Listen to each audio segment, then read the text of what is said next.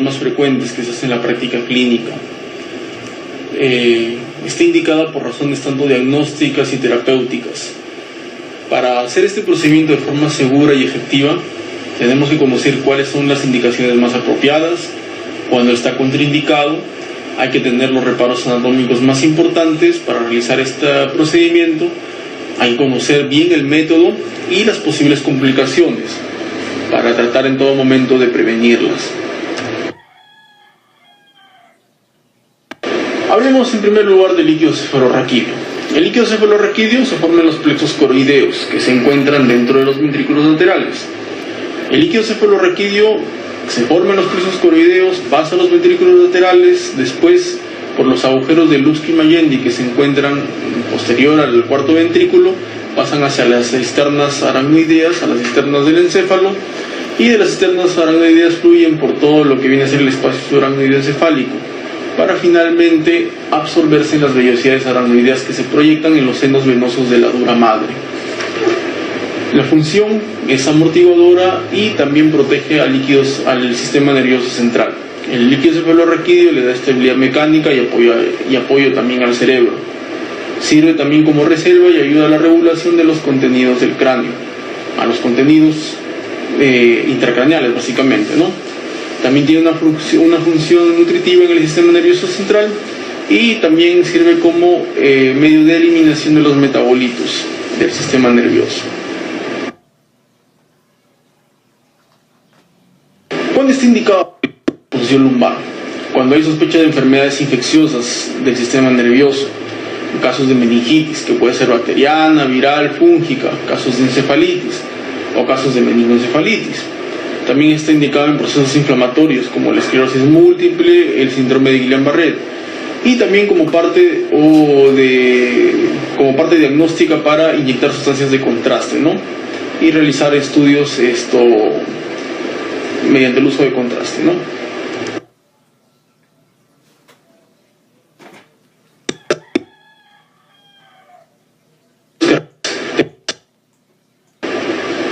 ¿Cuáles van a ser las indicaciones terapéuticas? Procedimientos que requieran analgesia en el hemisferio inferior, ¿no? Utilizado básicamente en la especialidad de anestesiología.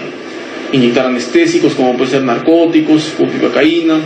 También para inyectar antibióticos intraventriculares, para tratar casos de ventriculitis y algunos tipos de meningitis. Y también algunos tipos de leucemias y linfomas para la administración intratecal de agentes quimioterapéuticos, ¿no? Como el metotrexato en algunos casos.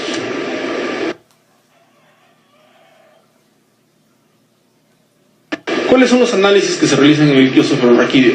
Se realiza conteo celular, conteo diferencial, análisis bioquímico. Estos tres primeros corresponden al análisis citoquímico básico que se hace en el líquido cefalorraquídeo. También se hace estudio de tinta china y criptotest para el diagnóstico de criptococosis cerebral, estudios de BDRL en líquido cefalorraquídeo para neurosífilis. Se realizan granicultivos para los casos de meningoencefalitis bacteriana o fúngica.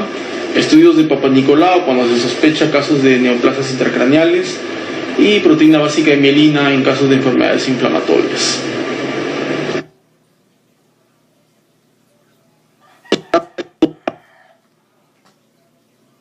El cefalorraquídeo es un líquido claro.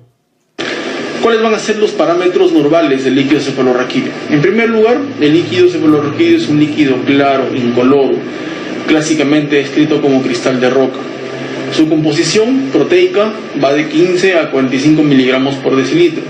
Su composición en glucosa aproximadamente es de 50 a 85 miligramos por decilitro, pero esto va a variar según los niveles plasmáticos de glucosa.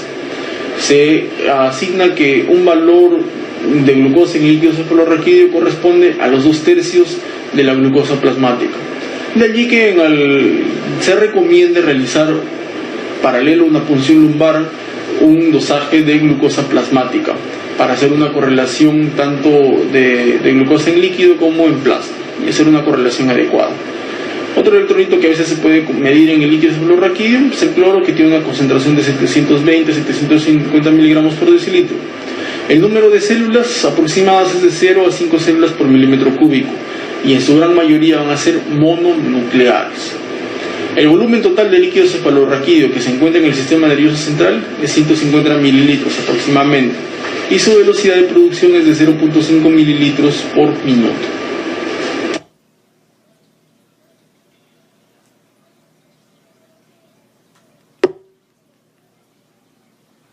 Va a tener diferentes características según la célula que lo fije, porque muchas de las preguntas... Bueno, el líquido cefalorraquídeo, según las patologías, va a tener diferentes características según las células, según las proteínas y según la glucosa. Este codito es muy importante que lo graben, que lo fijen, porque muchas de las preguntas que se hacen en exámenes de internado, en exámenes del ENAH, en exámenes de residencia, van a poner los parámetros citoquímicos del líquido cefalorraquídeo, y en base a esto te van a pedir realizar un diagnóstico diferencial. Por ejemplo, las meningitis bacterianas se caracterizan por tener gran incremento de las células y se caracteriza por ser un incremento a predominio de polimorfonucleares. Las proteínas van a estar elevadas, mayormente más de 100, y la glucosa va a estar disminuida. O sea, va a haber hiperproteinorraquia, hipoglucorraquia, con células aumentadas. Las meningitis víricas va a haber incremento de células, marcado como en el caso de meningitis, va a estar por tener gran incremento de las células y se caracteriza por ser un incremento a predominio de polimorfonucleares. Las proteínas van a estar elevadas, mayormente más de 100, y la glucosa va a estar disminuida. O sea, va a haber hiperproteinorraquia, hipoglucorraquia, con células aumentadas. Las meningitis víricas va a haber incremento de células, pero no tan marcado como en el caso de meningitis bacteriana, y van a ser a predominio de mononucleares. Las proteínas generalmente son menores de 100 y la glucosa va a estar normal en la gran mayoría de casos. Las meningitis tuberculosas también se van a encontrar células incrementadas. Va a haber hiperproteinorraquia, de 100 a 150 aproximadamente, y también se va a comportar con hipoglucorraquia. Las meningitis fúngicas, células incrementadas, proteínas incrementadas más de 100 y glucosa por lo general bajo, hipoglucorraquia. Algunas meningitis carcinomatosas, células incrementadas, proteínas más de 100, glucosa baja. Y otras patologías inflamatorias que también ahí se mencionan en este cuadro. Entonces, como lo mencionamos, fijen bien este cuadro, es muy importante. Muchas preguntas de exámenes se derivan de estas características del líquido cefalorraquídeo. Contraindicaciones de por ejemplo, pacientes con anisocoria. Contraindicaciones de la punción lumbar: pacientes que tengan signos de herniación cerebral, por ejemplo, pacientes con anisocoria, pacientes con signos de hipertensión endocraniana, cefalea, vómitos explosivos, diplopia. Tengan cuidado, no se aventuren a hacer una punción lumbar en este tipo de pacientes donde hay una gran sospecha de herniación cerebral. Pacientes con compromiso cardiorrespiratorio, ¿no? Pacientes que estén chocados, shock hipovolémico, que estén en anafilaxia, distinto tipo de shock, que tengan un gran compromiso del estado del sensorio. No se aventuran a hacer una punción lumbar en ese tipo de pacientes, esperen a que estén compensados hemodinámicamente. Y también coagulopatías, también no se aventuran a hacer hacer punciones lumbares en este tipo de pacientes porque podrían presentar algún hematoma en esta zona. Asegúrese siempre que antes de realizar su punción lumbar, su paciente tenga un buen conteo de plaquetas, un buen perfil de coagulación, clínicamente se encuentre estable, no tenga signos de compromiso cerebral con herniación cerebral.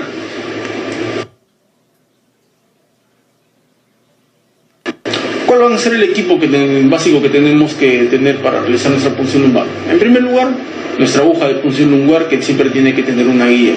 Los antisépticos, que pueden ser alcohol yodado, yodopovidona, gasas, esparadrapo, tubos colectores, guantes estériles y siempre nuestra lidocaína para administrar nuestro anestésico local y reducir al máximo el dolor que puede experimentar el paciente. Aquí, por ejemplo, tenemos nuestra aguja de punción lumbar. Es una aguja número 20, la aguja amarilla, pero a veces también podemos usar la aguja número 18, la aguja rosada.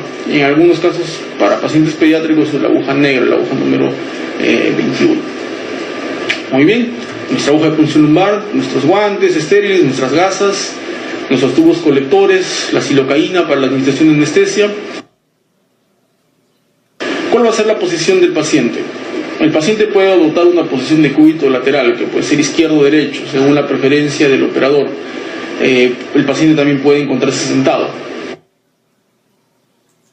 Una vez colocado, el paciente debe adoptar una posición fetal, ¿no? Con la espalda flexionada, lo mayor posible. Esto va a permitir una mayor ampliación de los espacios vertebrales para una adecuada penetración de la aguja y uno no se pueda chocar con el hueso. ¿Cuáles van a ser los reparos? Vamos a tener que una línea que pasa a través de las crestas ilíacas superiores va a intersectar en la línea media a nivel del espacio entre L4 y L5. Entonces la aguja se puede insertar entre el espacio L3 o L4 o entre el espacio L4 y L5. No lo realicen la punción lumbar en niveles más superiores. Recuerden que la médula espinal termina entre el nivel L1 y L2. Entonces siempre utilicen los niveles inferiores para realizar la punción lumbar.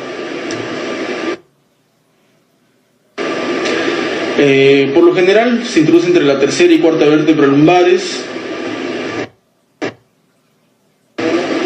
La posición es en decúbito, por ejemplo, para el caso en decúbito lateral.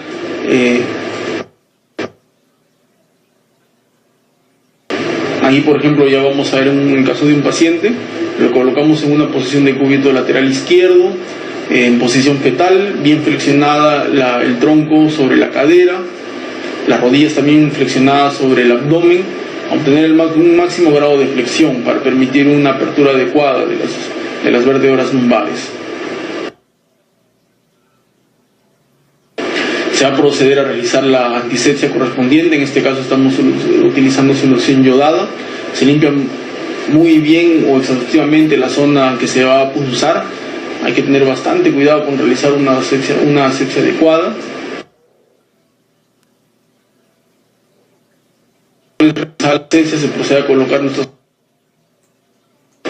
Una vez realizada la asepsia se procede a colocar nuestros campos estériles, en este caso un campo fenestrado que permita la introducción de nuestra aguja de punción lumbar.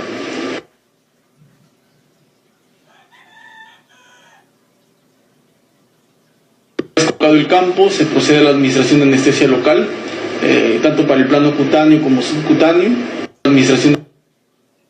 Una vez colocado el campo, se procede a la administración de anestesia local, tanto para el plano cutáneo como subcutáneo.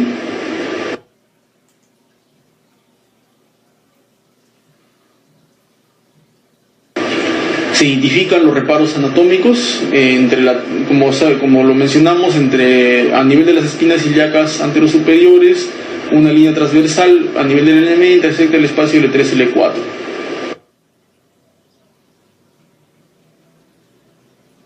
Se procede a la inserción de la aguja. Se tiene que identificar muy bien el espacio interespinoso entre las vértebras lumbar superior e inferior.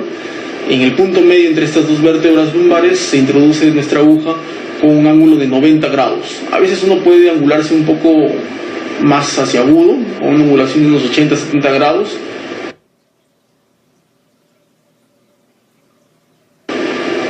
Se procede a insertar la aguja.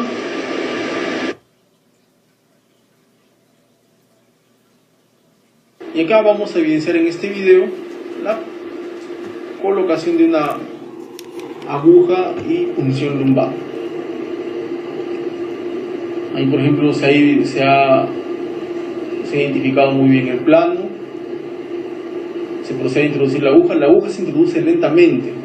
No introduzca la aguja de una forma muy rápida. Hay que introducirla lentamente. Cada uno de los planos que uno va atravesando desde la piel hasta la dura madre tienen que sentirse. Cuando ustedes ya van a penetrar la dura madre, se siente ahí, se siente cuando uno penetra. Una vez que uno penetra esa zona, se detiene, retira el mandril o la guía de la aguja y tiene que empezar a gotear líquido cerebrorraquídeo poco a poco.